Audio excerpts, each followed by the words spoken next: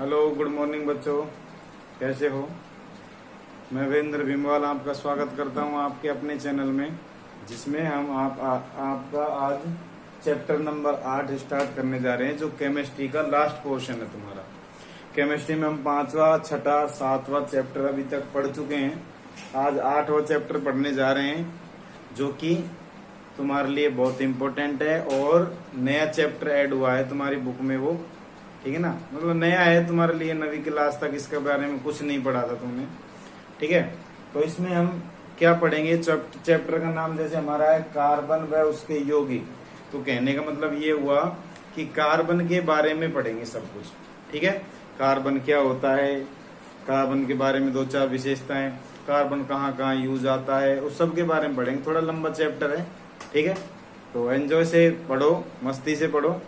तो देखो, स्टार्ट करते हैं। तो आज हमारा ये है पार्ट फर्स्ट,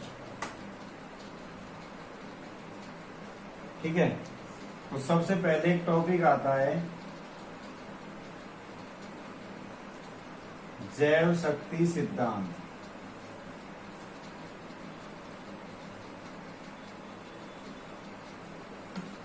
क्वेश्चन पूछा जाता है कि जैव शक्ति सिद्धांत क्या है, किसने दिया, क्या है इसके बारे में। तो बेटा ज्यादा कुछ नहीं, एक बर्जीलियस नाम का वैज्ञानिक था। कौन था? बर्जीलियस, ठीक है। तो उसने 1815 में, बर्जीलियस नाम का साइंटिस्ट था, उसने 1815 में ये जैव शक्ति सिद्धांत दिया था। और इस सिद्धांत में क्या कहा था? इन्होंने कहा था कि भाई कोई भी कार्बनिक पदार्थ जो होता है वो केवल प्रकृति से ही प्राप्त होता है, नेचुरली। किसी भी प्रयोगशाला में उसे बनाना पॉसिबल नहीं है, ये कहा था बर्जीलियस ने जैव शक्ति सिद्धांत के अंदर। मैं लिख देता हूं, इसके अनुसार किसी भी कार्बनिक यौगिक को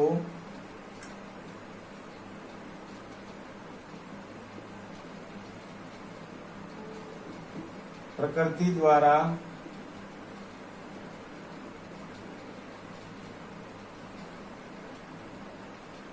या जीवधारी स्रोतों द्वारा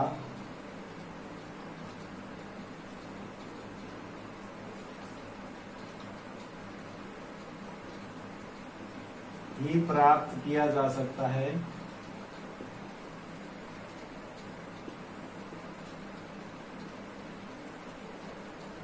इन्हें प्रयोगशाला में बनाना असंभव है। ये था जैव शक्ति सिद्धांत। किसने दिया था जैव शक्ति सिद्धांत? बर्जीलियस ने दिया था। कब दिया था? 1815 में दिया था। और इसके अनुसार क्या होता है कि किसी भी जो कार्बनिक पदार्थ होता है उसको प्रयोग द्वारा या प्रयोगशालाओं में, लेबोरेटरी में बनाना पॉसिबल नहीं है। उसको केवल जो जीवधारी होते हैं हमारे, उनके स्रोत से या फिर प्राकृतिक रूप से ही क्या किया जा सकता है, प्राप्त किया जा सकता है, ठीक है। उसको बोलते हैं जैव शक्ति सिद्धांत, ठीक है बेटा। चलो, अब उसके बाद में क्या हुआ? 1826 में, ठीक है, 26 नहीं, सॉरी, 28 में। 1828 में एक होलर नाम का वैज्ञानिक था। क्या था? होलर। ये नहीं है, ये। इसने इस जैव शक्ति सिद्धांत का क्या कर दिया?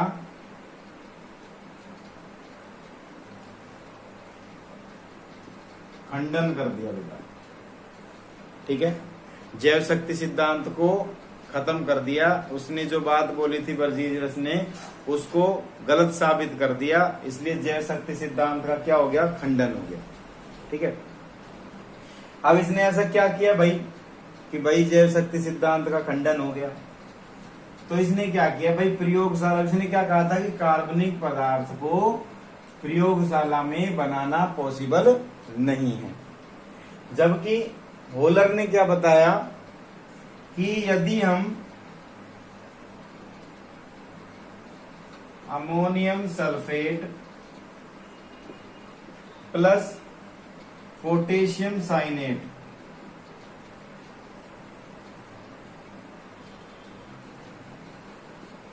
इन दोनों को यदि प्रयोगशाला में मिलाएं और प्रयोगशाला में इन दोनों के ऊपर टेस्ट करें तो एक कार्बनिक यौगिक बन के आता है जो कृत्रिम रूप से बनाया गया है, मैन मेड, जिसका नाम होता है यूरिया। क्या होता है? यूरिया। तो यूरिया खाद जो देखा है तुमने वो कार्बनिक रूप से बनाया गया या फिर प्रयोग द्वारा बनाया गया, प्रयोगशाला में बनाया गया खाद होता है। एक तो तुमने नेचुरली खाद देखा है जो गाय भैंस के गोबर से बनता है, और एक होता है यूरिया जो कट्टे वगैरह में आता है, मतलब फैक्ट्रियों में बनाया जाता है या फिर फैक्ट्रियों से क्या प्रयोगशालाओं में बना के उसको बनाया जाता है। तो होलर ने अमोनियम सल्फेट और पोटेशियम साइनेट को गर्म किया और गर्म करने पर क्या बना? यूरिया बन गया। भाई ये भी क्या था? एक कार्बनिक पदार्थ था। और इस बात को गलत साबित कर दिया जैव शक्ति सिद्धांत को होलर ने। ठीक है, इतना सा ये टॉपिक था जैव शक्ति सिद्धांत के बारे में। तो अब इसमें से देखो क्वेश्चंस बहुत सारे निकल सकते हैं, इसलिए वे टॉपिक पढ़ाने का मेरा मकसद था। सबसे पहले कि जैव शक्ति सिद्धांत किसने दिया? क्वेश्चन नंबर 1 बर्जीलियस ने दिया। कब दिया? 1815 में दिया। 2 बात हो गई। तीसरी बात, जैव शक्ति सिद्धांत है क्या? तो जैव शक्ति सिद्धांत क्या होता है कि जैव शक्ति सिद्धांत के अनुसार किसी भी कार्बनिक यौगिक को प्रकृति के द्वारा या फिर जीवधारियों द्वारा ही या जीवधारी स्रोतों द्वारा ही प्राप्त किया जा सकता है, उसे प्रयोग द्वारा या फिर प्रयोगशालाओं में बनाना क्या है? असंभव है। ठीक है, ये तो था जैव शक्ति सिद्धांत। अब 1828 के अंदर कौन आया? होलर आया। अब होलर नाम का जो साइंटिस्ट था उसने इस बात को गलत साबित कर दिया, जैव शक्ति सिद्धांत का खंडन कर दिया। तो सेकंड क्वेश्चन आता है कि जैव शक्ति सिद्धांत का खंडन किसने किया? तो वो किया बेटा किसने? होलर ने। ठीक है, उसके बाद में होलर ने क्या किया? भाई एक प्रयोग द्वारा एक कार्बनिक यौगिक बना दिया, उसके अंदर जो अपना वो होता है क्या वो नाम उसके प्रयोगशाला में, और इसका नाम क्या था? यूरिया। किस किस को मिला के बनाया? अमोनियम सल्फेट और पोटेशियम साइनेट को गर्म करके एक कार्बनिक खाद्य पदार्थ बना लिया, जिसको क्या बोलते हैं हम? यूरिया बोला जाता है। ठीक है, तो ये यहां तक जैव शक्ति सिद्धांत था। अब हम कार्बन के बारे में बात करेंगे। ठीक है, क्या होता है कार्बन? एलिमेंट होता है, आवर्त सारणी में हमने पढ़ा भी है इसके बारे में।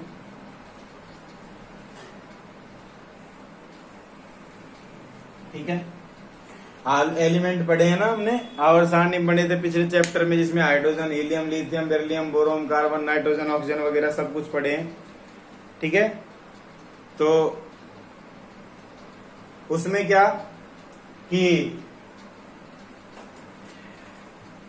कार्बन क्या होता है? कार्बन प्रकृति में जितनी भी प्रकार की वस्तुएं होती हैं, ठीक है, कहने का मतलब प्रकृति में जो भी कुछ है, जितना भी कुछ है, मतलब प्रत्येक चीज में प्रकृति में क्या पाया जाता है? कार्बन प्रेजेंट होता है। ठीक है ना, मतलब कहने का मतलब क्या कह सकते हैं कि हमारे आसपास टेबल कुर्सी वगैरह खाने पीने की चीज हो, कुछ भी हो, सब में क्या उपस्थित है? कार्बन उपस्थित है। ठीक है, अब कार्बन मतलब कहने का मतलब एक सी कोई चीज नहीं है हमारे आसपास, ऐसे कोई पदार्थ नहीं है जिसमें कार्बन प्रेजेंट नहीं है। ठीक है ना, कार्बन हर जगह है। ठीक है, तो कार्बन एक एलिमेंट होता है। कार्बन की विशेषताएं क्या क्या होती हैं वो हम पढ़ेंगे अभी। सबसे पहली बात, भाई कार्बन जो होता है, कार्बन का प्रतीक क्या होता है? कार्बन का प्रतीक चिन्ह क्या होता है? सी होता है। ये सब तुम जानते हो। दूसरी बात, कार्बन जो होता है आवर्त सारणी में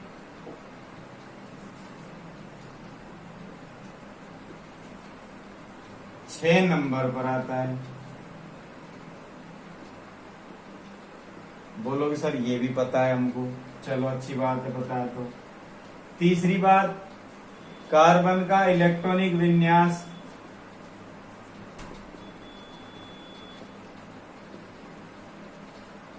क्या होगा बेटा, 1s2 2s2 और 2p2 होता है। ठीक है, 3 बात हो गई। अब देखो यहां से ये बायतम कोष है ना, इसका कितने इलेक्ट्रॉन, इसमें 4 इलेक्ट्रॉन है। मैंने क्या कहा था, 4 इलेक्ट्रॉन है, 8 पूरे करने हैं, तो क्या करेगा, 4 में 2, 4 जो बचे हैं वो त्याग भी सकता है और 4 ग्रहण भी कर सकता है। कहने का मतलब जो इसकी संयोजकता है वो +4 और -4 हो सकती है। तो लिख सकते हैं कि कार्बन की संयोजकता क्या होती है, +-4 होती है। ठीक है, उसके बाद में 5वीं बात कि इसकी जो संरचना होती है, कार्बन की ज्यामिति कैसी होती है बेटा, समचतुष्फलकीय होती है।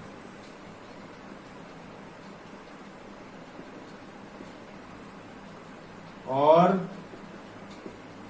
2 कार्बनों के मध्य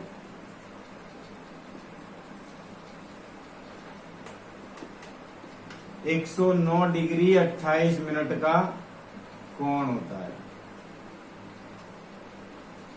कैसे होती है समझो भाई, ये बीच में कार्बन है, ठीक है, यहां से यहां से यहां से यहां से इस तरह की इसकी शेप होती है। ठीक है, और ये दो कार्बन है, ये इनके बीच में जो एंगल है वो कितना होता है, 109 डिग्री 28 मिनट का होता है। अब समचतुष्फलकीय संरचना होती कैसे है मैं तुमको समझाता हूं एक बार। देखो ये पृष्ठ है, यहां पर कार्बन है इस जगह पर। अब देखो इसको यहां से इस कोने से, अब देखो ढंग से, यहां पर कार्बन है, इस कार्बन को मैं इस कोने से जोड़ूं, यहां से इस कोने से जोड़ूं, यहां से इस कोने से जोड़ूं और यहां से इस कोने से जोड़ूं, और बीच में से एक शेप बन जाती है, पिरामिडानुमा शेप बनती है, उसको हम बोलते हैं समचतुष्फलकीय शेप। ठीक है, ये कुछ इस तरह से होती है, ये यहां से और यहां से, बीच में ये कार्बन होता है ऐसे। ठीक है ना। अच्छा, इनके बीच में एंगल कितना होता है, 109 डिग्री 28 मिनट का एंगल होता है। ठीक है, अब ये क्वेश्चन पूछा जाता है कि कार्बन की जो ज्यामिति होती है वो कैसी होती है, समचतुष्फलकीय होती है, और 2 कार्बनों के मध्य कितने डिग्री का एंगल होता है, 109 डिग्री 28 मिनट का कोण होता है। ठीक है, अब मैंने अभी बताई थी कार्बन की संयोजकता 4 होती है। अब वो 4 संयोजकताओं को कैसे कैसे पूरा कर सकता है, देखो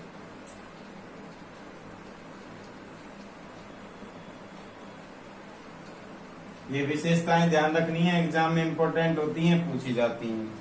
ठीक है, तो देखो 1 मिनट, हाँ, तो कार्बन अपनी संयोजकताओं को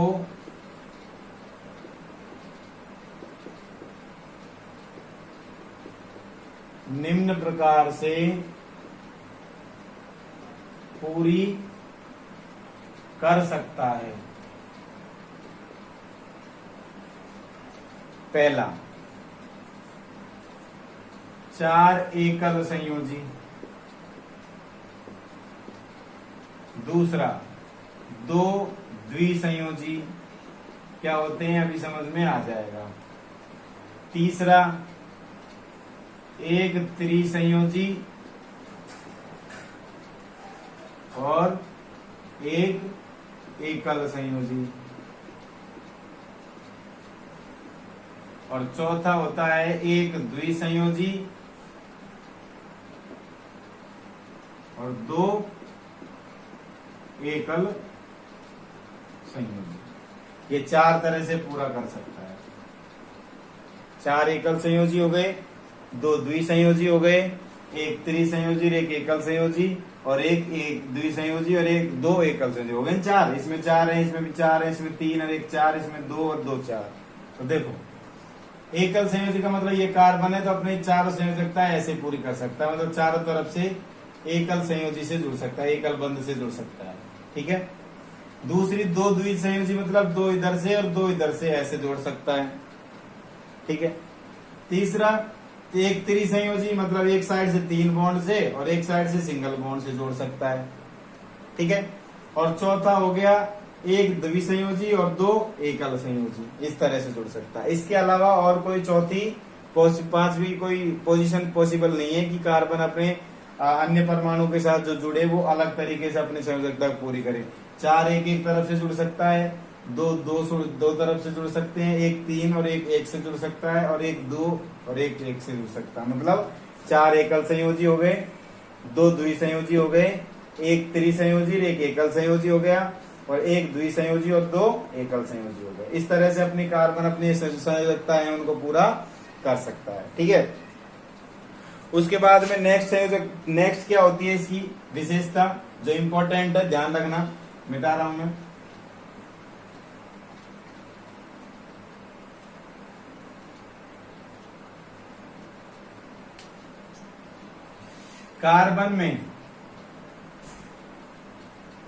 कार्बन परमाणु में एक विशेष गुण होता है,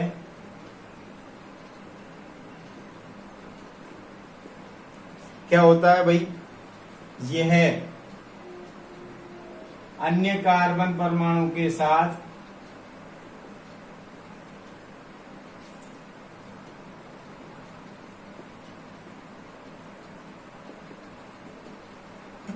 जुड़कर 3 प्रकार के यौगिक बना सकता है।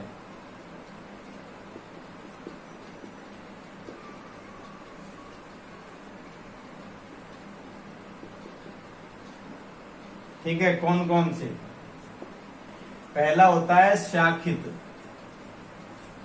दूसरा अशाखित, और तीसरा होता है चक्रीय।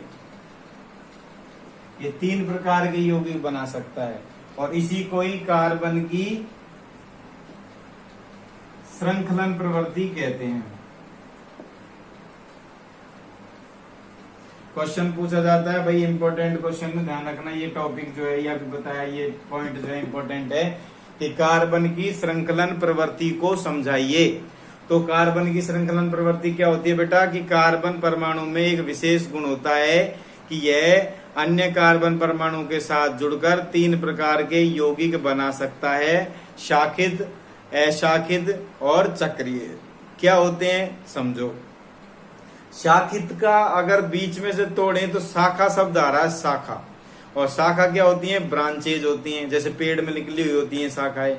अशाखित जिसमें शाखा नहीं है, और चक्रीय तुम जानते हो गोल मटोल जो होता है। तो शाखित का मतलब है कि कार्बन के साथ जुड़ेगा तो ऐसे ये जुड़ गया, मान लो ऐसे इधर उधर, जैसे CH3 CH2 CH, यहाँ जुड़ गया CH3, ऊपर जुड़ गया CH3, यहाँ CH, यहाँ Cl जुड़ गया, यहाँ F जुड़ गया। मतलब एक तरह से ब्रांच निकली हुई होंगी। देखो यहाँ ये सीधी जा रही है, लेकिन इस टहनी में देखो ये ब्रांच निकल गई, ऊपर ये निकल गई, इधर ये निकल गई, इधर ये निकल गई। तो इसका मतलब ये क्या हो गया? शाखित यौगिक हो गया। ठीक है ना। अभी तुमको ये समझ में नहीं आया क्या लिखा है मैंने, लेकिन तुमको केवल समझने के लिए लिखा है मैंने। ठीक है। शाखित क्या होते हैं? तो शाखा निकली हुई है 4 तरफ, हो गया। अब मान लो अशाखित की बात करो तो अशाखित क्या होगा? CH3 CH2 CH2 CH2 CH2 CH3 ऐसे, मतलब कंटिन्यूअसली सीधी लाइन चलेगी, कोई ब्रांच नहीं निकलेगी उसमें, उसको बोलेंगे हम अशाखित। समझ में आया? अशाखित जिसमें शाखा नहीं होती है, मतलब ऊपर नीचे नहीं निकला, कुछ भी स्ट्रेट लाइन चलेगी बिल्कुल, उसको बोलेंगे अशाखित। अब बात करते हैं चक्रीय की। तो चक्रीय क्या होती है बेटा? चक्रीय होती है जिसमें, हमेशा ध्यान रखना, चक्रीय यौगिक बोलेंगे जिसमें पहला कार्बन अंतिम कार्बन से अटैच हो। लाइक एग्जाम्पल के लिए माला है हमारी, जो माला होती है ना, पहनते हो तुम, या फिर जो फूलों की माला होती है उसमें तुमने देखा होगा कि पहला जो फूल होता है वो लास्ट वाले फूल से कनेक्ट होता है, तब जाके वो गोल बनता है, उसको बोलते हैं हम चक्रीय। ठीक है। तो इसमें भी क्या होगा कि कार्बन जो है वो पहला कार्बन अंतिम कार्बन से जुड़ा होगा। कहने का मतलब कैसे, CH single bond CH, double bond CH, single bond CH, double bond CH, single bond CH, double bond. तो ये देखो, इसको पहला माने तो पहला, दूसरा, तीसरा, चौथा, पांचवा और छठा, और छठा और पहला आपस में कनेक्टेड है यहां से, है ना। तो मतलब पहला कार्बन अंतिम कार्बन से जुड़ा होता है, उस यौगिक को बोलते हैं चक्रीय यौगिक। मतलब जो एक रिंग टाइप बनाता है, शेप बनाता है रिंग वाली, उसको हम क्या बोलते हैं, चक्रीय यौगिक। ठीक है, तो ये टॉपिक समझ में आया कि कार्बन में एक विशेष प्रकार का गुण होता है कि वह अपने अन्य कार्बन परमाणु के साथ जुड़कर क्या बना सकता है, शाखित, अशाखित और चक्रीय यौगिक का निर्माण कर सकता है। ठीक है, इसी को क्या बोलते हैं, कार्बन की श्रृंखलन प्रवृत्ति कहा जाता है। ये क्वेश्चन पूछा जाता है, तुम्हारी क्वेश्चन बुक में पीछे की साइड भी दे रखा है। ठीक है बेटा, अब एक और लास्ट इसकी प्रॉपर्टी रह गई कार्बन की, वो क्या है, देखो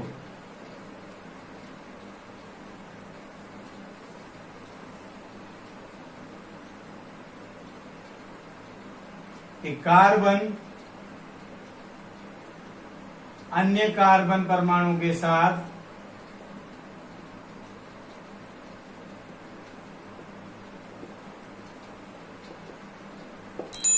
निम्न प्रकार से जुड़ सकता है।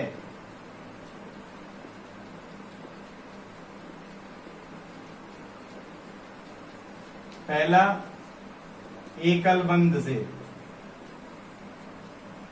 दूसरा द्विबंध से,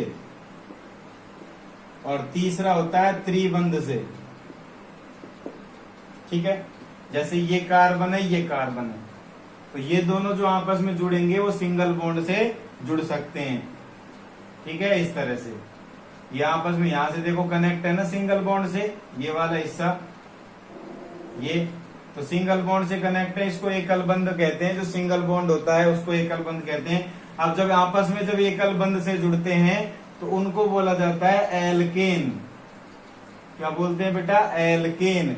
जब कोई दो परमाणु आपस में सिंगल बॉन्ड से जुड़ते हैं तो उसको बोला जाता है एल्केन। ध्यान रखना है, आगे बहुत काम आने वाला है एल्केन, एल्कीन, एल्काइन आगे पढ़ेंगे जो।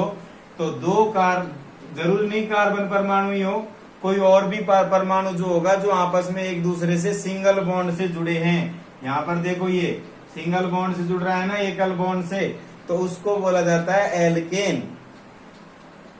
द्विबंध से कैसे जुड़ेंगे, कार्बन और कार्बन के बीच में डबल बॉन्ड हो। ठीक है, तो ये हो गया डबल बॉन्ड, देखो यहां पर, तो इसको बोलते हैं बेटा एल्कीन। क्या होता है, एल्कीन। और ऐसे ही यदि ट्रिपल बॉन्ड से आपस में जुड़े तो इसको बोलते हैं क्या, एल्काइन। क्या बोलते हैं, एल्काइन। तो ध्यान रखना है, जो सिंगल बॉन्ड से आपस में जुड़ते हैं उनको बोलते हैं एल्केन, जो डबल बॉन्ड से जुड़ते हैं उनको बोलते हैं एल्कीन, और जो ट्रिपल बॉन्ड से जुड़ते हैं उनको एल्काइन। अब देखो इसमें ध्यान, ध्वनि किसकी आ रही है, इसमें तो आ रही है एन की ध्वनि, एन। इसमें किसकी ध्वनि आ रही है बेटा, ईन। और इसमें किसकी ध्वनि आ रही है बेटा, आइन। तो ये तुमको ध्यान रखना है कि सिंगल बॉन्ड से जब कोई परमाणु जुड़ते हैं तो एल्केन बोलते हैं, जिसमें एन की ध्वनि आती है। डबल बॉन्ड से कोई परमाणु जुड़ते हैं उनमें ईन की ध्वनि आती है, मतलब एल्कीन होता है।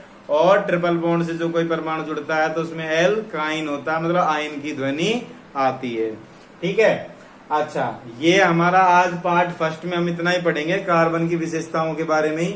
और तो कार्बन की विशेषता में दोबारा से एक बार रिपीट कर देता हूं, क्या क्या बताई थी। पहली, कार्बन का प्रतीक होता है C। दूसरा, आवर्त सारणी में 6 नंबर पे आता है। ठीक है, तीसरा, इसका विन्यास क्या होता है, 1s2 2s2 2p2 होता है।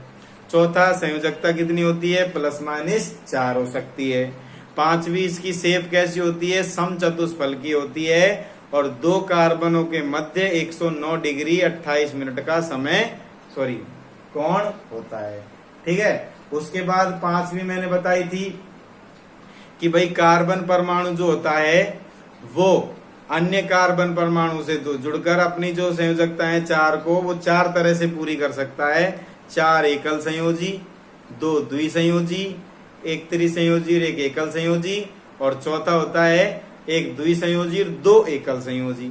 ठीक है, 5 विशेषता क्या बताई थी मैंने कि कार्बन परमाणु में एक विशेष प्रकार का गुण होता है कि वह अपनी जो अपने कहने का मतलब अपनी दोबारा बोलता हूं, कार्बन परमाणु में एक विशेष प्रकार का गुण होता है, वह अपनी संयोजकताओं को पूरा करने के लिए 3 प्रकार के यौगिकों को बना सकता है, शाखित, अशाखित और चक्रीय, जिसको हम क्या बोलते हैं, कार्बन की श्रृंखलन प्रवृत्ति कहते हैं। और लास्ट एंड फाइनल जो टॉपिक है वो यही है, इसका ये है कार्बन परमाणु अन्य कार्बन परमाणु के साथ 3 प्रकार से जुड़ सकता है, एकल बंध से, द्विबंध से और त्रिबंध से।